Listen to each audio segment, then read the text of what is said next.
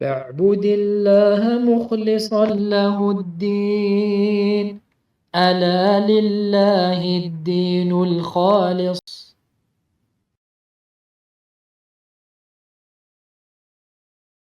إن الحمد لله نحمده ونستعينه ونستغفره ونعوذ بالله من شرور أنفسنا ومن سيئات أعمالنا من يهده الله فلا مضل له ومن يضلل فلا هادي له وأشهد أن لا إله إلا الله وحده لا شريك له وأشهد أن محمدا عبده ورسوله صلى الله عليه وعلى آله وأصحابه وسلم.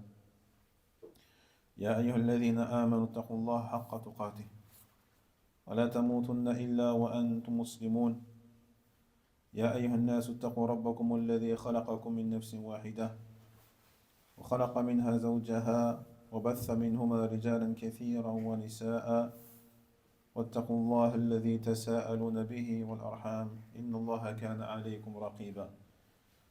يا أيها الذين آمنوا اتقوا الله وقولوا قولا سديدا يصلح لكم أعمالكم ويغفر لكم ذنوبكم ومن يطع الله ورسوله فقد فاز فوزا عظيما. أما بعد فإن أصدق الحديث كتاب الله وخير الهدي هدي محمد صلى الله عليه وسلم وشر الأمور محدثاتها وكل محدثات بدعة وكل بدعة ضلالة وكل ضلالة في النار. فإخواتي في الله ما زال حديثنا موصولا في دراسة كتاب تذكير الأنام بفوائد عمدة الأحكام لشيخنا العلامة صالح اللحيدان رحمه الله تعالى. وما زلنا في كتاب الطهارة عند حديث عمرو بن يحيى المازني عن أبيه رحمة الله عليهم.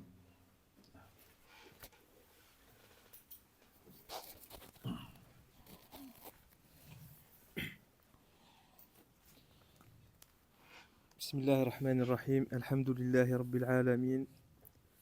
عن عمرو بن يحيى المازني عن أبيه قال: شهدت عمرو بن أبي حسن سأل عبد الله بن زيد عن وضوء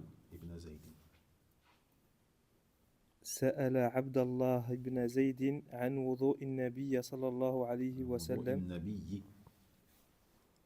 عن وضوء النبي صلى الله عليه وسلم فدعا بتور من ماء فتوضأ لهم وضوء رسول الله صلى الله عليه وسلم وضوء رسول الله وضوء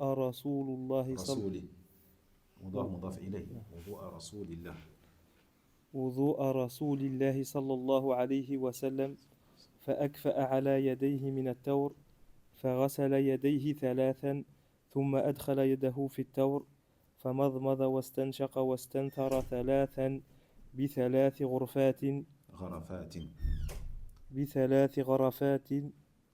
ثم أدخل يده فغسل وجهه ثلاثا ثم أدخل يده في التور فغسلهما مرتين إلى المرفقين ثم أدخل فمسح رأسه فأقبل بهما وأدبر مرة واحدة ثم غسل رجليه.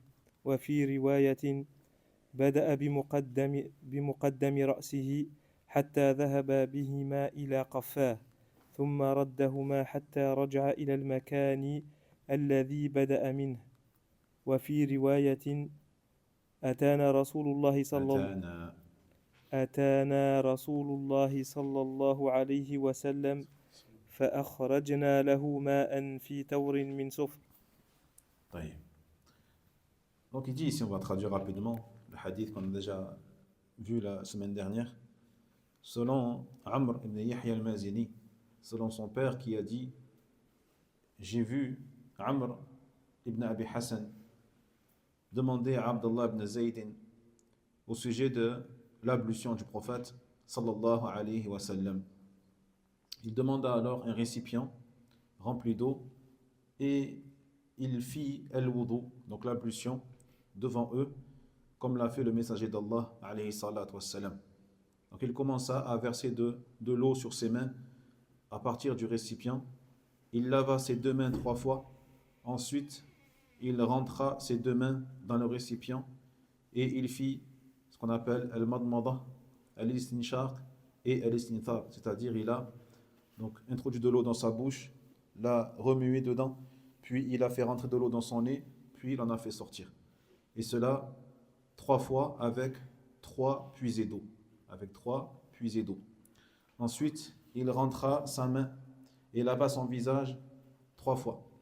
Ensuite, il rentra sa main dans le récipient encore une fois et il a lavé ses 2 mains jusqu'au coude 2 fois.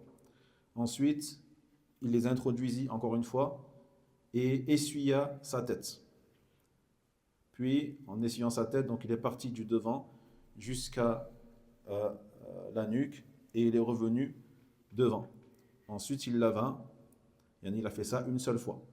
Puis, il lava ses 2 pieds. Et dans une version, il dit qu'il commença par le devant de sa tête, par le toupet, ici, là où les cheveux commencent à pousser. Ensuite, il alla jusqu'à sa nuque et il revint devant, là où il avait commencé. Et dans une version, il dit, le messager d'Allah sallallahu alayhi wa sallam vint à nous et nous sortîmes pour lui de l'eau dans un récipient de cuivre jaune. De cuivre jaune. Taïeb, question ikhwan. Donc on a vu ce hadith déjà la semaine dernière. Qu'est-ce qu'on peut tirer comme enseignement de ce hadith? Là, bismillah, Nourdin. Les enseignements qu'on peut en tirer, c'est un peu qu'il est autorisé de faire dodo, par exemple en faisant les mains une fois et la bouche 3 fois. Pas obligé de faire constamment le même nombre pour chaque membre du corps. 2 fois aussi, on peut 2 fois? نعم. الحمد لله أحسن. إذن من فوائد هذا الحديث جواز زيادة بعض أعضاء الوضوء على بعض في الغسل أو في الغسل. جواز زيادة بعض أعضاء الوضوء على بعض في الغسل لأنه ذكر في هذا الحديث غسل الوجه 3 واليدين مرتين واليدين مرتين والرجلين بدون عدد الرجلين بدون عدد فهذا يصدق بمرة واحدة. Comme il a dit le frère, barakallahu fi, nous tirons de ce hadith la permission de laver certains membres plus que d'autres durant al-wudu, comme cela a été évoqué ici par le compagnon radiyallahu anhu qui a dit que, donc, le prophète Mohammed sallallahu alayhi wa sallam a lavé son visage 3 fois, puis ses mains 2 fois. Puis lorsqu'il a lavé ses mains, il les a lavés 2 fois, puis ses pieds sans mentionner de nombre, ce qui signifie qu'il les a lavés qu'une seule fois. Car s'il les avait lavés 2 fois ou 3 fois, il aurait dit il les a lavés ses pieds 2 fois ou 3 fois. D'accord? Comme il n'a pas précisé, cela signifie qu'il les a lavés qu'une seule fois. Donc on voit le visage 3 fois, les mains 2 fois et les pieds 1 fois. Donc il est permis de laver ses membres d'une quantité différente, bien sûr, sans dépasser 3 fois, sans jamais dépasser les 3 fois. Qu'est-ce qu'on tire encore de ce hadith? Qu'est-ce qu'on a appris? Qu'avec une même poignée d'eau, on peut faire la bouche et le nez. Bien sûr. Donc avec la même ghurfa, quantité d'eau, c'est-à-dire ghurfa c'est une main remplie d'eau, on fait le madmada et al-istinshaq. On n'a pas besoin d'en prendre 2. D'accord? Non? Quoi encore?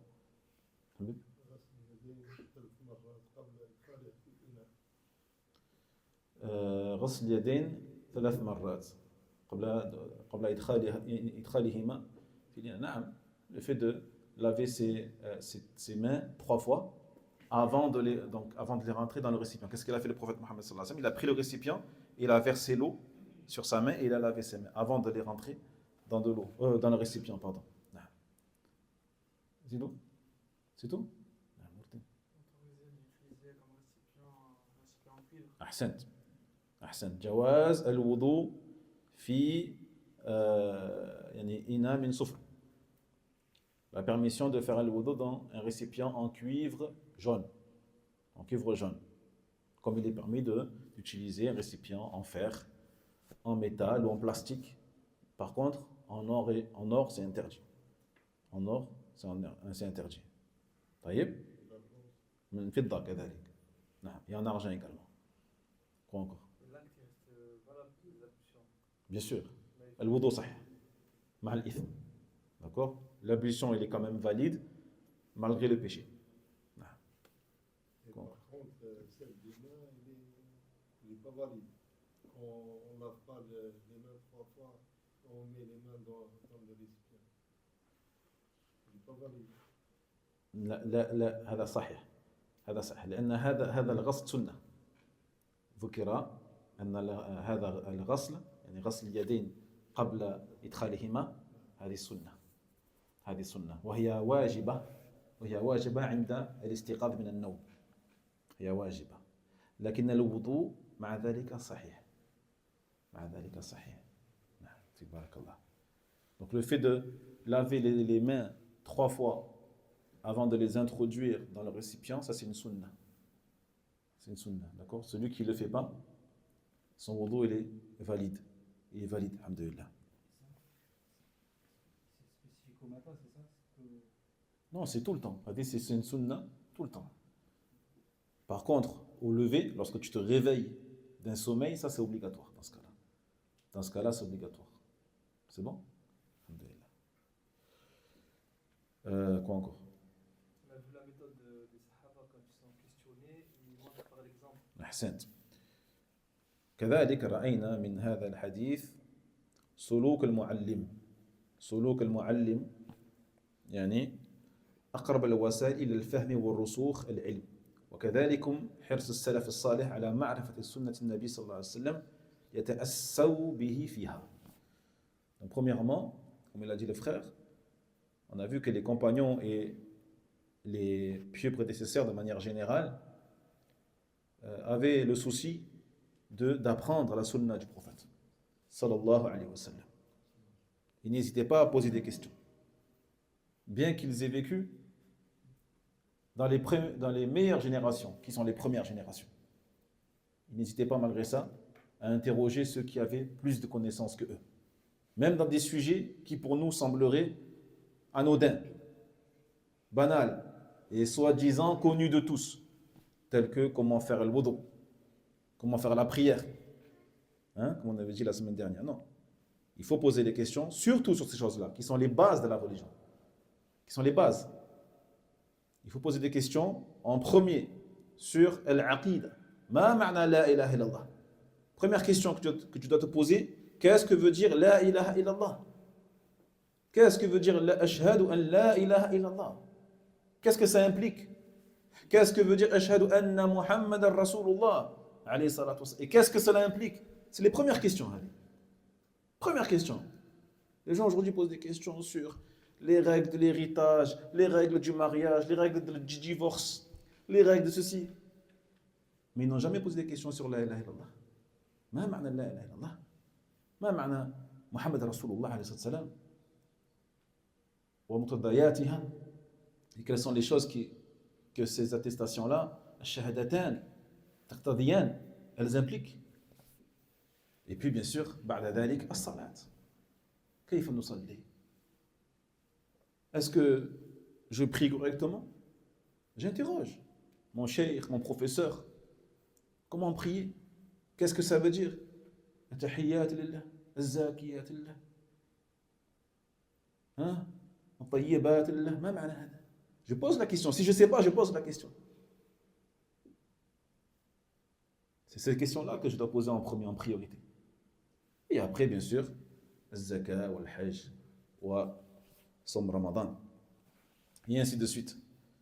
Et également, le fait que le professeur doive emprunter la meilleure méthodologie pour faire comprendre à son public ou à son auditoire les notions scientifiques, afin de les ancrer fermement dans leur esprit.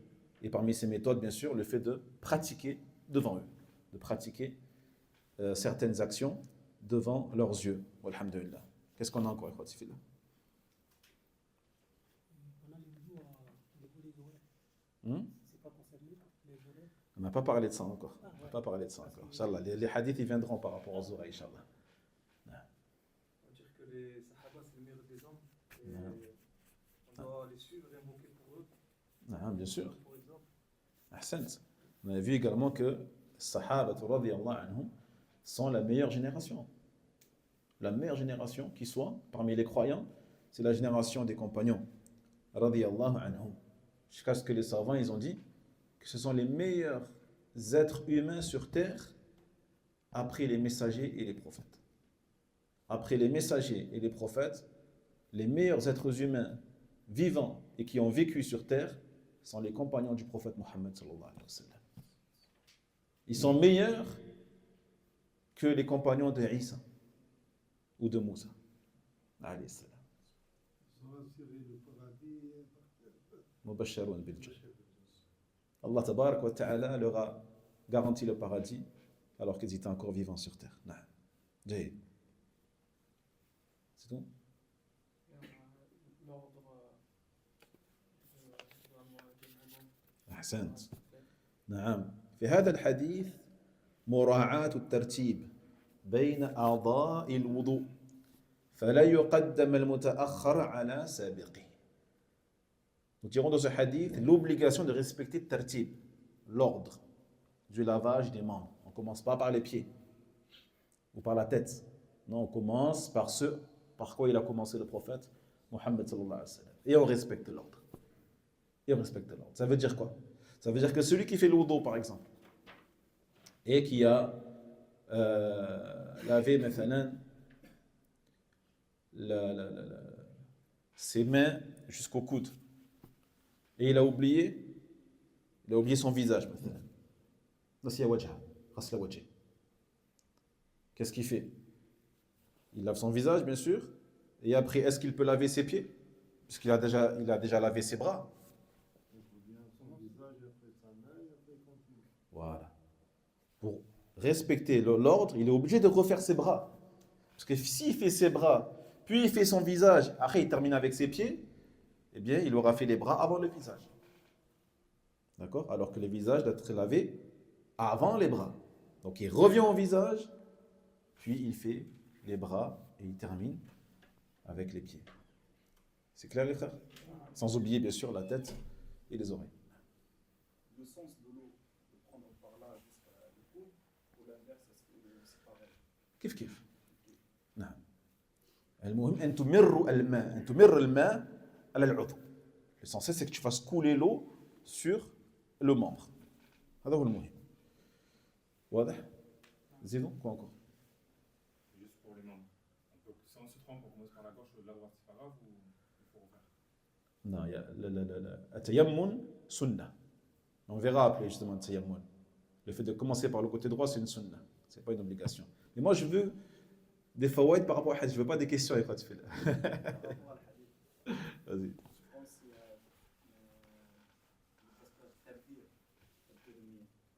Ah, ahsant, barakallahu fik, c'est vrai. Dans ce hadith aussi, on voit que le prophète Mohammed sallallahu alayhi wa sallam, il a utilisé très peu d'eau. Très peu d'eau, yani. Ghurfa, on a dit, c'est une main remplie d'eau. Une main remplie d'eau. D'accord?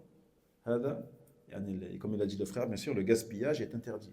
Les ulama ils disent même le fait de gaspiller de l'eau d'une rivière, c'est interdit. Tu prends de l'eau d'une rivière pour rien. Que dire alors du robinet ou de l'eau publique? Le fait de faire 3 fois, c'est le kamel. C'est Non, bien sûr, 3 fois c'est la perfection. Celui qui veut al-ajr al-kamil, la récompense complète, il fait 3 fois, 3 fois, 3 fois, 3 marrat à chaque fois. Mais après, si de temps en temps il veut faire 2 ou la 1, c'est la baisse. Surtout s'il y a une maslaha.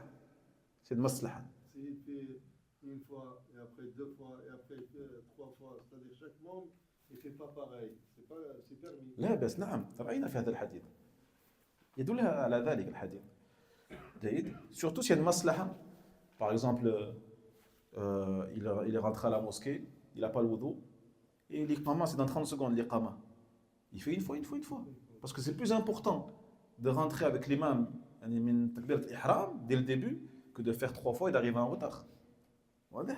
Donc il ne délaisse pas une chose qui est plus importante pour une chose qui est moins importante. Donc il fait une fois, et il arrive à l'heure avec l'imam. Ou alors des fois, on rentre dans des mosquées où il y a énormément de monde, il y a une queue, une file d'attente pour faire le wudu. Là, c'est pareil. Vu qu'il y a la file d'attente, la queue, les gens, ils attendent, ils sont là, comme des fois, marcher aux puces. Il y a du monde marcher aux puces, tu rentres, les gens, ils attendent. Toi, tu fais une marra, et tu sors. C'est pas genre, tu fais 3 fois, tu prends ton temps, les gens, non. Marra, alhamdulillah. Jaïd. Et voilà. Alhamdulillah.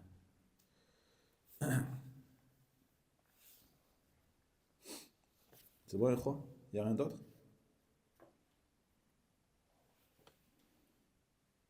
الحمد لله. طيب ننتقل إلى حديث جديد. الحديث العاشر عن عائشة رضي الله عنها. عن عائشة رضي الله عنها قالت: كان رسول الله صلى الله عليه وسلم يعجبه التيمم في تنعله وترجله وطهوره وفي شأنه كله. نعم. طيب. حديث numéro 10 apporté par notre mère Aïcha radiyallahu anha, qui a dit: le messager d'Allah sallallahu alayhi wa sallam aimait at-tayammun, dans le fait de mettre ses chaussures, quand il chaussait ses sandales ou ses chaussures, et également dans tuhurihi, dans sa purification, wa at-tuhur yashmal al-wudu wal-ghusl. At-tuhuru yashmal al-wudu wal-ghusl. Et la purification ici, elle englobe l'ablution et le lavage, le grand lavage, al-ghusl. Et également, il aimait donc at-tayammun, elle dit ici, fi tarajjulihi. Tarajjul, dans le fait de se coiffer les cheveux. Tarajjul, c'est quand tu te coiffes les cheveux avec un peigne ou une brosse, c'est ce qu'on appelle tarajjul. D'accord? Donc il aimait, lorsqu'il se coiffait les cheveux, il aimait également tayammun. Puis elle dit, fi sha'nihi kulli. Dans tout ce qui le concernait, il aimait faire preuve de tayammun. Donc c'est quoi tayammun? Vous avez compris? C'est voilà. Al-buda'a min al-yamin. طيب.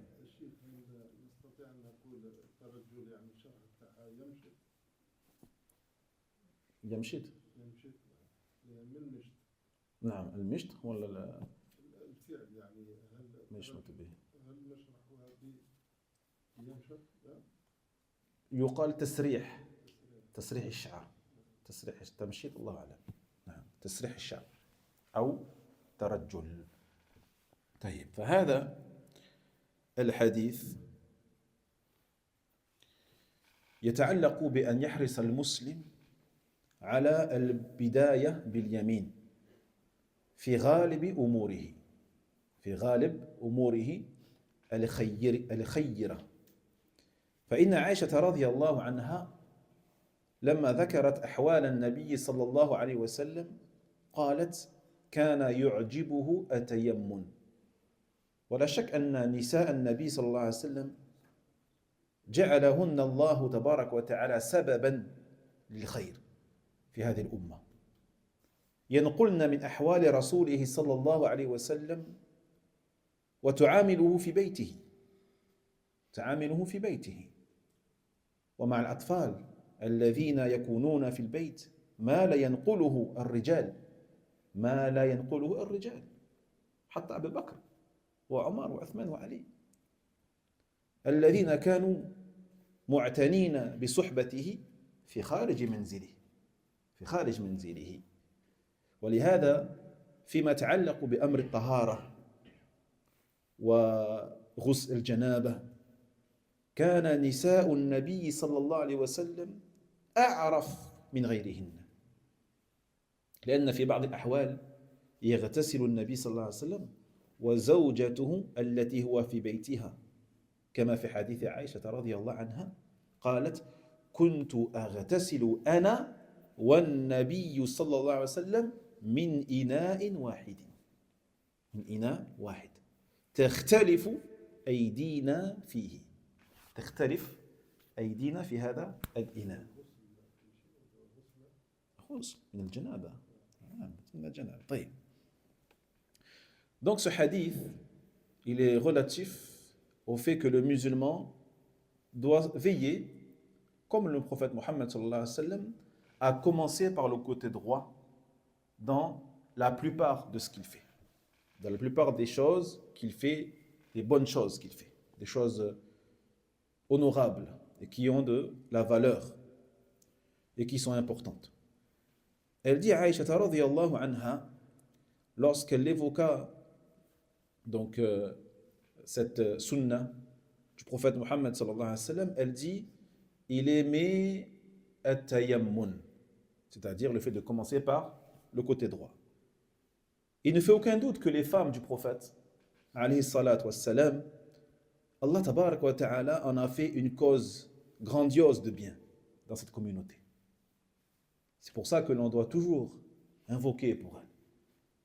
Toujours demander à Allah tabarak wa ta'ala al-rida, la satisfaction pour les compagnons, mais bien sûr, notamment pour ses épouses, radiyallahu anhunna.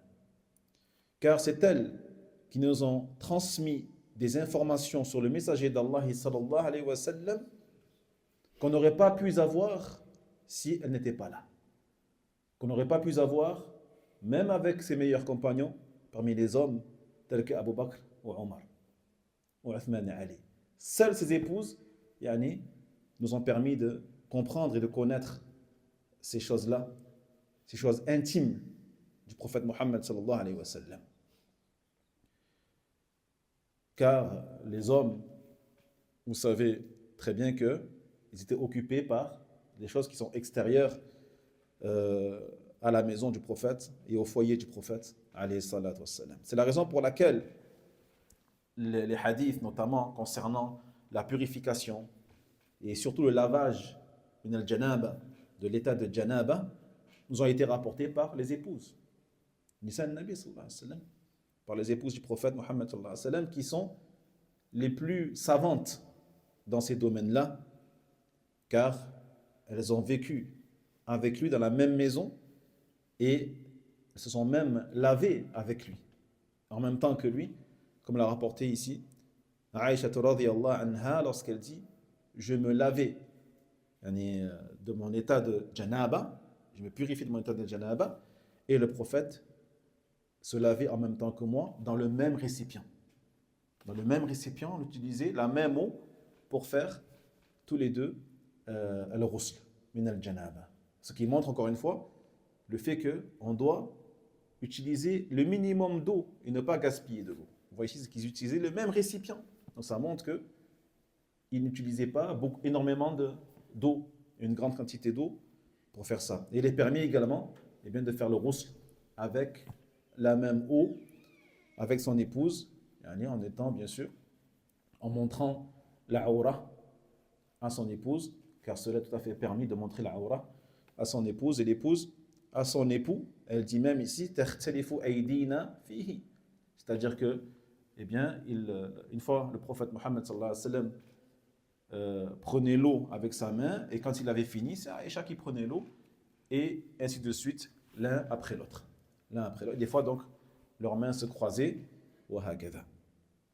فمن رحمة الله تبارك وتعالى بهذه الأمة أن يسر للنبي صلى الله عليه وسلم أمهات المؤمنين اللواتي ينقلن للناس سيرته في وضوئه وفي نومه وإذا استيقظ من نومه مثلا ماذا يقول من الكلام.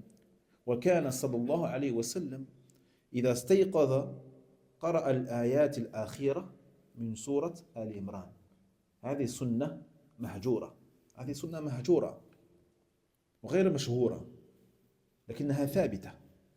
إذا استيقظ النبي صلى الله عليه وسلم قرأ الآيات الأخيرة من آل عمران، من قوله تبارك وتعالى إن في خلق السماوات والأرض واختلاف الليل والنهار لآيات لأولي الألباب إلى آخر السورة، هذه السنة. وهذا ينقل إلينا نساء النبي صلى الله عليه وسلم. Et donc, fait partie de la bienfaisance d'Allah tabarak wa ta'ala envers nous, le fait qu'il est donc facilité au prophète Mohammed sallallahu alayhi wa sallam d'avoir épousé ces femmes-là qui nous ont transmis de la meilleure des manières comment ils vivaient dans son intimité, comment il dormait, comment il se lavait, comment il mangeait, comment il s'allongeait, comment il s'asseyait et comment il se réveillait. Et parmi les sunan, les sunan qui nous ont été transmises par ses épouses et qu'on n'aurait pas pu apprendre à travers d'autres compagnons, Wallahu ta'ala a'lam, le fait que lorsqu'il se réveillait, le prophète Mohammed sallallahu alayhi wa sallam, il se réveillait et il récitait les 10 derniers versets de la sourate Al-Imran. Avant qu'il fait des ablutions?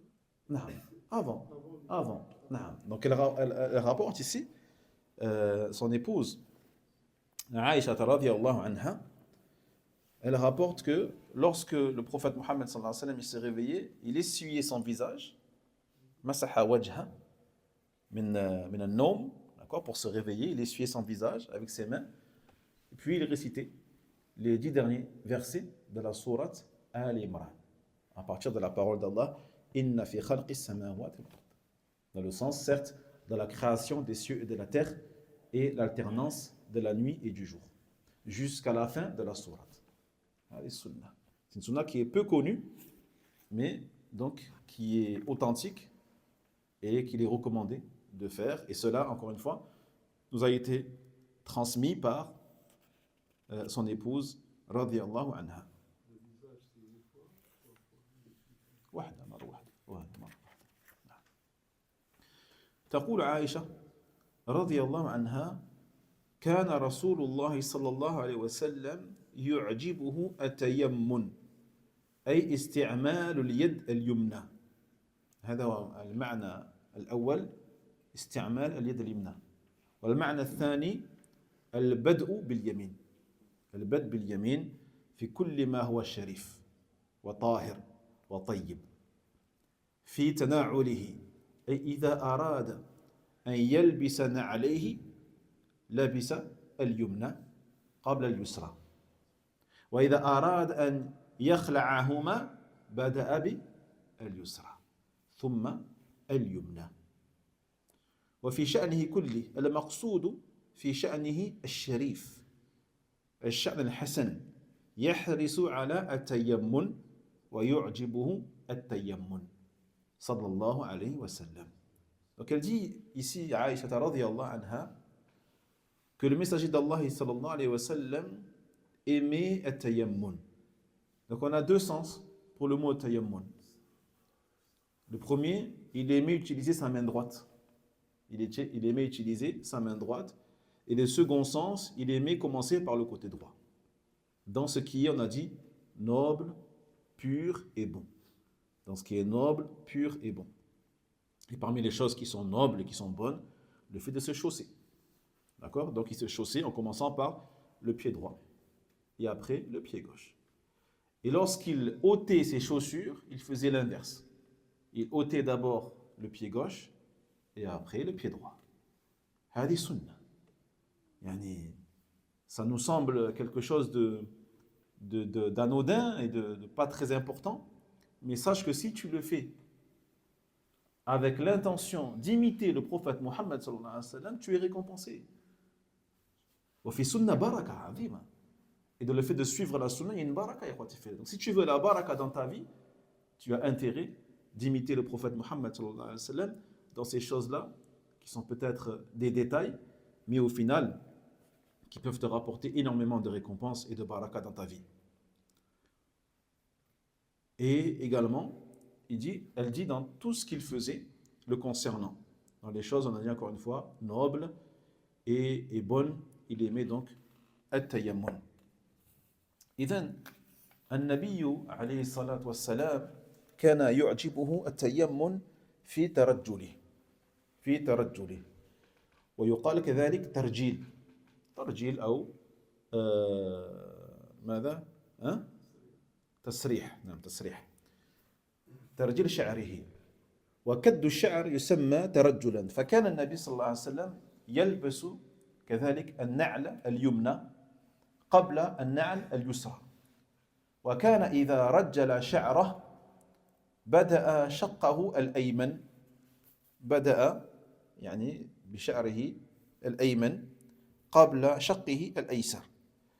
وجاء أنه لما حلق رأسه في النسك في الحج أمر الحالق أن يبدأ بشقه الأيمن كذلك قبل شقه الأيسر لأنه في معنى الترجل. هذا في معنى الترجل كذلك حلق الشعر. Donc parmi les choses on a dit dans lesquelles il aimait commencer par le côté droit, le fait de se coiffer. Le fait de se coiffer. Donc on dit tarajjul, on peut dire tarjil, on peut dire aussi tasrih.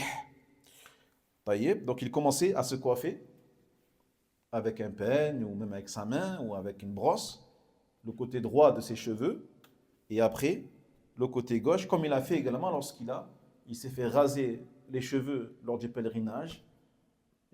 Il a dit au coiffeur de raser d'abord les cheveux du côté droit et après les cheveux du côté gauche. Car même le rasage rentre également dans le terme ici, tarajjul. وكذلك طهوره أي في فعل وضوئه فإذا أراد أن يتنظف في الوضوء أو في الغسل فإنه يبدأ بالشق الأيمن قبل الشق الأيسر وهذا يدل على استحباب البداءة باليمين قبل الشمال. هذا مستحب ليس بواجب لكن يستحب أن تبدأ بشقك الأيمن قبل الشمال في الوضوء. ولو بدأ المرء بالشمال يعني قبل اليمين صح وضوءه لكنه خالف الأولى.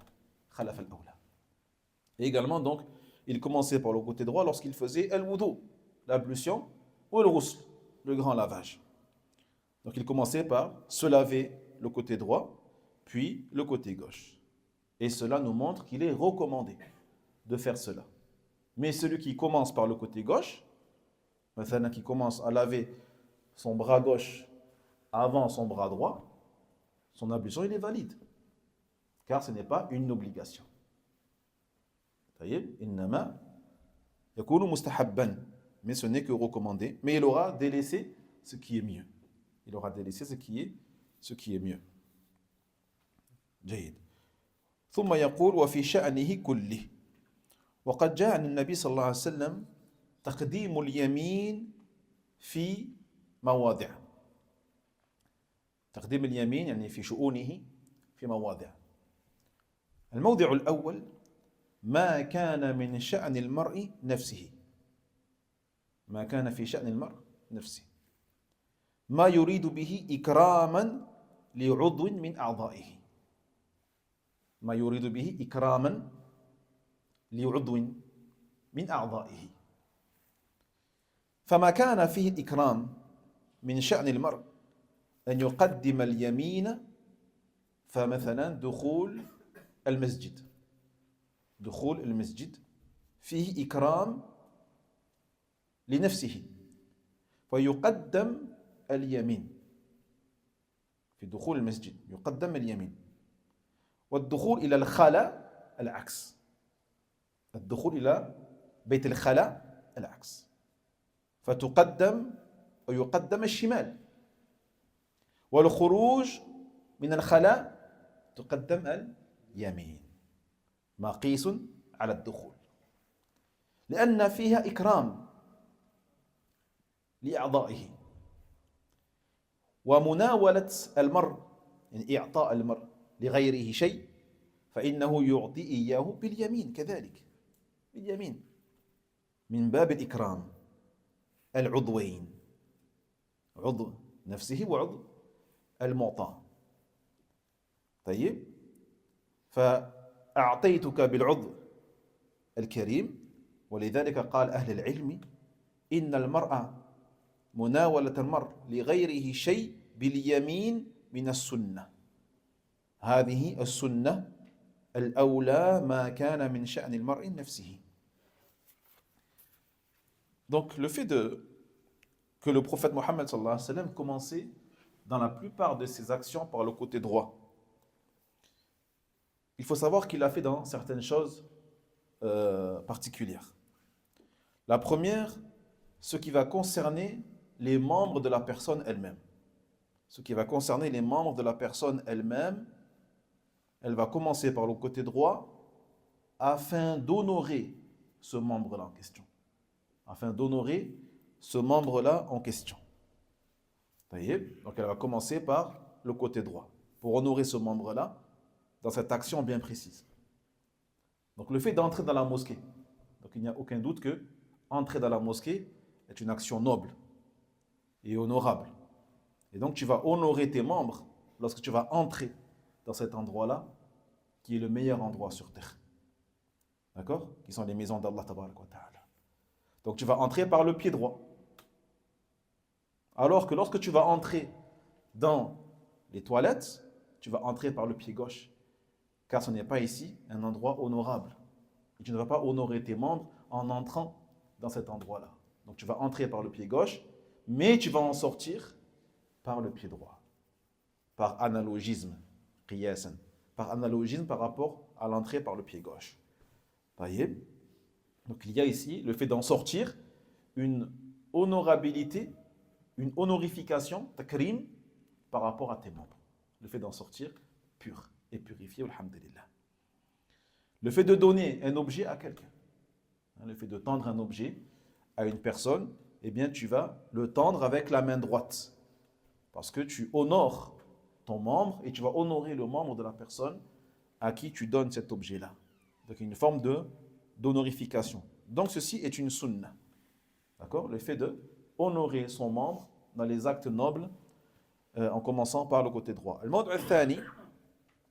الموضوع الثاني ما كان فيه خصومة بين اثنين وتنازع فإنه يقدم الأيمن كذلك. لذلك فإن النبي صلى الله عليه وسلم لما شرب من إناء كان عند يمينه أعرابي. شرب من إناء وكان عن يمينه أعرابي وعن شماله شيخ من شيوخ المهاجرين. أعرابي وعن شماله شيخ من شيوخ المهاجرين.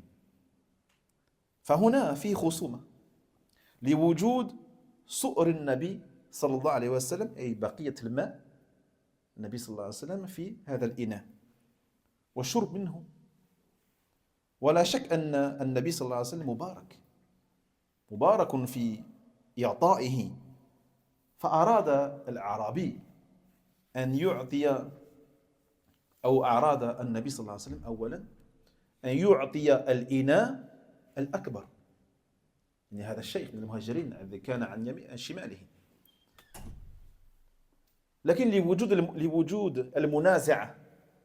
المنازعة قال الأعرابي لا، أنا لا أريد ولا أوثر بسؤرك أحدا يا رسول الله عليه الصلاة والسلام. فأعطى النبي صلى الله عليه وسلم الأيمن هنا. لماذا؟ لأنه توجد منازعة، وعند المنازعة يقدم الأيمن كذلك. ولذلك استحب الفقهاء عند القاضي أن يبدأ بالمدعي. هذه مسألة فقهية. عند التخاصم بين المدعي والمدعى عليه يبدأ بالمدعي قبل المدعى عليه. لا، المدعي، celui qui se plaint, le plaignant. المدعى عليه, l'accusé. فإن لم يعرف القاضي، إن لم يعرف من هو المدعي، من هو المدعي من المدعى عليه، قال يبدأ بالأيمن. يبدأ بالأيمن. كلهم يريد، مثلا كلهم يريد أن يتكلم، قال هذا أنا المدعي وقال هذا أنا مدعي. كيف يفعل؟ يبدأ بالأيمن. وخلاص انتهى الأمر. جيد؟ كلهم يقول أنا مدعي أنا مدعي، فيبدأ هنا بالأيمن قبل. Deuxième cas, lorsque il y a un litige et une opposition entre deux personnes. Dans ce cas, on commence par celui qui est à droite. Yani, on ne peut pas faire autrement, donc on commence par la droite. Et nous montre cela le hadith du prophète Mohammed sallallahu alayhi wa sallam, lorsqu'un jour, il était assis et il a bu dans un récipient, dans un verre ou un récipient. À sa droite, il y avait un bédouin, un arabi. Il y avait un bédouin. Et à sa gauche, il y avait un ancien parmi les muhajirines. Donc un compagnon parmi les muhajirines et qui avait un certain âge. Donc ce n'était pas n'importe qui. D'accord? Donc il a bu dans le verre et au départ, le prophète Mohammed sallallahu alayhi wa sallam voulait donner le reste de son verre à l'ancien parmi les muhajirines par rapport à son âge, par rapport à son degré. Les muhajiroun, on a dit après les ansar, les muhajiroun sont les meilleurs auprès d'Allah tabaraka wa ta'ala, après les ansar. Afwan, safallah. Sont les meilleurs avant les ansar. Après on a les ansar. Jaïd, sont les meilleurs des compagnons. Donc il a voulu donner le verre au muhajir. Mais bien sûr, le bédouin, il n'a pas voulu. Il a dit non, ya Rasulallah, je ne laisserai pas mon tour alors que c'est moi qui ai la priorité. Alors que c'est moi qui ai la priorité, je suis sur ta droite, donc j'ai la priorité sur cela. Donc là, le prophète Mohammed sallallahu alayhi wa sallam, il a privilégié du coup le côté droit, car il y avait ici une contestation de la part de la personne. D'accord? C'est pour ça qu'ils disent que les fuqaha, lorsque le juge, il a devant lui deux personnes qui ont un différend, un contentieux. Et dans une affaire, on a toujours quelqu'un qui se plaint et quelqu'un qui est accusé. En arabe, on dit al-mudda'i wal-mudda'a alayh. D'accord? Donc en général, le juge il commence à faire parler al-mudda'i, le plaignant. C'est le plaignant qui parle en premier. Et après l'accusé, lui, il parle après. Mais si tous les deux ils disent que ce sont des plaignants, un dit non, c'est moi le mudda'i, l'autre c'est moi le mudda'i. Tous les deux ils disent que ce sont des plaignants. Dans ce cas-là, ils disent le fuqaha, il commence par celui qui est à sa droite. Il commence par celui qui est à sa droite. وهكذا. الموضع الثالث قالوا إذا كان المقصود ليس تكريم العضو وإنما تكريم الشخص الذي أمامك ولا توجد منازعة فإنه لا يقدم الأيمن وإنما يقدم الأكبر سنا والأكبر شرفا كذلك والأعظم قدرا أو علما والدليل على ذلك أن النبي صلى الله عليه وسلم قال كبر أي قدم الأكبر فما أريد به التقديم من التفضيل بين الأشخاص من حيث البداءة بالكلام لا توجد منازعة وإنما تكريم للأشخاص فإنه يبدأ بالأكبر دائما عندما تدخل مثلا في منزل أو في غرفة تريد أن تعطي الإناء شخصا تبدأ بمن؟ الإناء يكفي للجميع تبدأ بمن؟ تبدأ بالأكبر لا بمن عن يمينك تدخل وتعطي هذا الإناء للأكبر أولا هذه هي السنة جيد الأكبر قدرا علما أو شرفا أو سنا وهو الأولى ولذلك كان النبي صلى الله عليه وسلم إذا أعطي الإناء يعطى النبي صلى الله عليه وسلم لقدره لهذا يبدأ بالنبي لأنه أعظم قدرا وعلما وشرفا ثم يعطى عند الخصومة يعطي بعد ذلك عن يمينه الأعرابي عند المنازعة والتخاصم ولذلك نص ابن مفلح رحمه الله تعالى في الآداب الشرعية أنه إذا وقف اثنان إذا وقف شخصان عند باب فالسنة ليس تقديم الأيمن. هذا خطأ. إذا وقف عند باب شخصان السنة ليست تقديم الأيمن كما يفعل كثير من الناس، لأن المقصود تكريم الأشخاص، فالسنة تقديم الأكبر، لأن المقصود هنا تكريم الأشخاص وليس تكريم الأعضاء. تكريم الأعضاء الأيمن عند المنازعة الأيمن عندما يستويان، ولكن عندما يكون تقدير الأشخاص يبدأ بالأكبر دائما. Et troisième situation, et la dernière, les ulama, rahimahumullah, ils disent que lorsque il est question d'honorer les personnes, pas les membres, mais de faire preuve d'honorification envers les personnes qui sont devant toi ou qui sont autour de toi. D'accord? Eh bien, dans ce cas-là, tu ne commences pas par celui qui est à ta droite. Tu ne commences pas par celui qui est à ta droite. Mais tu commences par celui qui est le plus âgé. Par celui qui est le plus âgé. Ou tu commences par celui qui a le plus de science. Ou le plus important, celui qui a le plus de valeur. D'accord? Par exemple, quand tu rentres dans une pièce, et dans la pièce, il y a le dirigeant de la région, le gouverneur de la région, le gouverneur du département, ou de la ville, ou du secteur, ou de la wilaya. Même s'il est plus jeune, tu vas commencer par lui. Tu rentres dans la pièce, et si tu serres la main aux gens, tu vas serrer la main d'abord à lui. Pourquoi? D'accord? Mais de manière générale, tu commences par le plus âgé. Le plus âgé.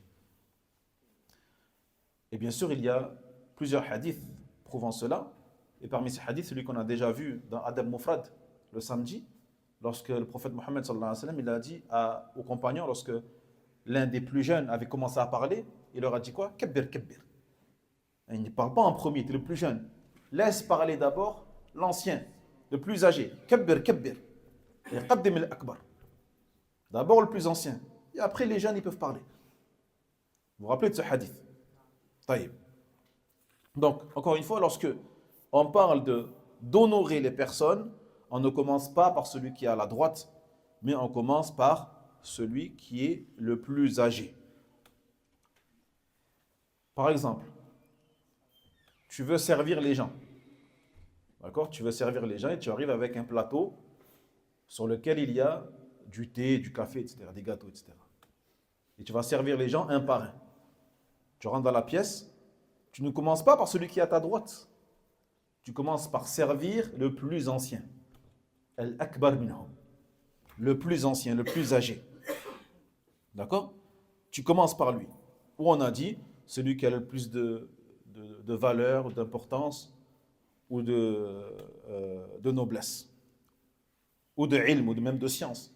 Tu rentres dans une pièce, tu as un alim parmi les ulama, tu commences par lui. Tu commences par lui. Hein? Al-Akbar, inshallah. Al-Akbar, inshallah. Naam. Le plus âgé. Le plus âgé, c'est la priorité, inshallah ta'ala. D'accord? Et on a vu donc pourquoi justement le prophète Mohammed sallallahu alayhi wa sallam a été servi en premier. Parce que c'est le prophète Mohammed sallallahu alayhi wa sallam. Il n'y a pas plus noble que lui. Il n'y a pas plus noble que lui. Donc il a été servi en premier. Après, c'est lui qui a choisi de servir à sa droite. Parce qu'on a dit que dans ce cas-là, c'est la droite qui a la priorité. Mais il allait donner avant cela à celui qui est à sa gauche. Mais le bédouin n'a pas voulu. D'accord? Non. Et ici, Ibn Muflih, rahimahullah ta'ala, un des grands savants du 8e siècle de l'Hégire, dans son livre Al-Adab al-Shar'iyya, il dit, donc lorsque deux personnes se retrouvent devant une porte, par exemple la porte de la mosquée en bas, deux personnes arrivent en même temps. Qui est-ce qui rentre en premier? Souvent les gens, il faut rentrer en premier, celui qui est à la droite, sah ou la? Hein? Tu es à la droite, c'est toi qui rentre en premier. Non. C'est celui qui est le plus âgé qui rentre en premier.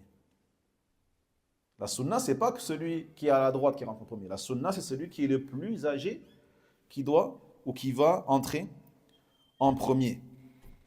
D'accord? Pourquoi? Parce que, encore une fois, ici, il est question d'honorer les personnes et non d'honorer les membres de la personne. D'accord? Walhamdulillah.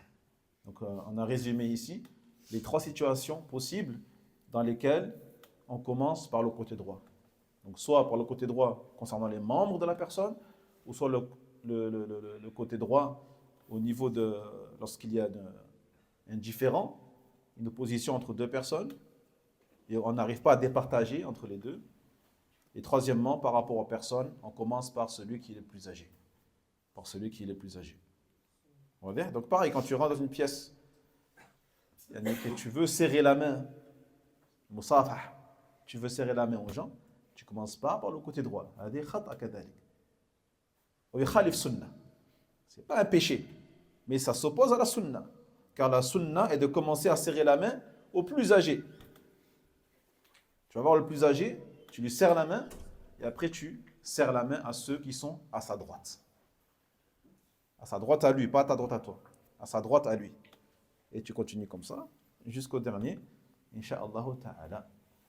Barakallahu fikum. نسأل الله تبارك وتعالى أن يعلمنا ما ينفعنا وينفعنا بما علمنا والعلم عند الله وآخر دعوانا الحمد لله رب العالمين وصلى الله وسلم على نبينا محمد وعلى آله وصحبه أجمعين وإياكم. وينجي الله الذين اتقوا بمفازتهم لا يمسهم السوء ولا هم يحزنون.